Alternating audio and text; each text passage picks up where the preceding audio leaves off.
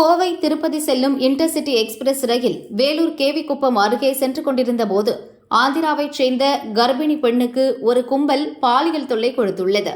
அந்த பெண் கூச்சலிட்டதால் கர்ப்பிணி என்றும் பார்க்காமல் ரயிலில் இருந்து கீழே தள்ளிவிட்டு தப்பியுள்ளனர்.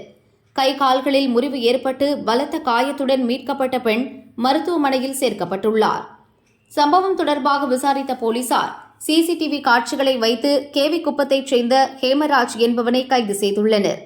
கர்ப்பிணி பெண்ணுக்கு பாலியல் தொல்லை கொடுத்து ரயிலில் இருந்து கீழே தள்ளிவிட்ட சம்பவம் பெரும் அதிர்ச்சி அளிப்பதாக எதிர்க்கட்சித் தலைவர் எடப்பாடி பழனிசாமி கூறியுள்ளார்.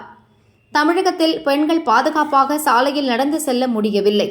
பள்ளி கல்லூரிகளுக்கும் பணியிடங்களுக்கும் செல்ல முடியவில்லை.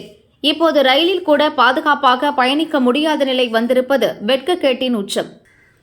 ஸ்டாலின் மாடல் திமுக அரசு பெண்களின் பாதுகாப்பில் கடுகளவு கூட கவனம் செலுத்தாததன் நீட்சியே இதுபோன்ற கொடுமைகள் தொடர காரணம்.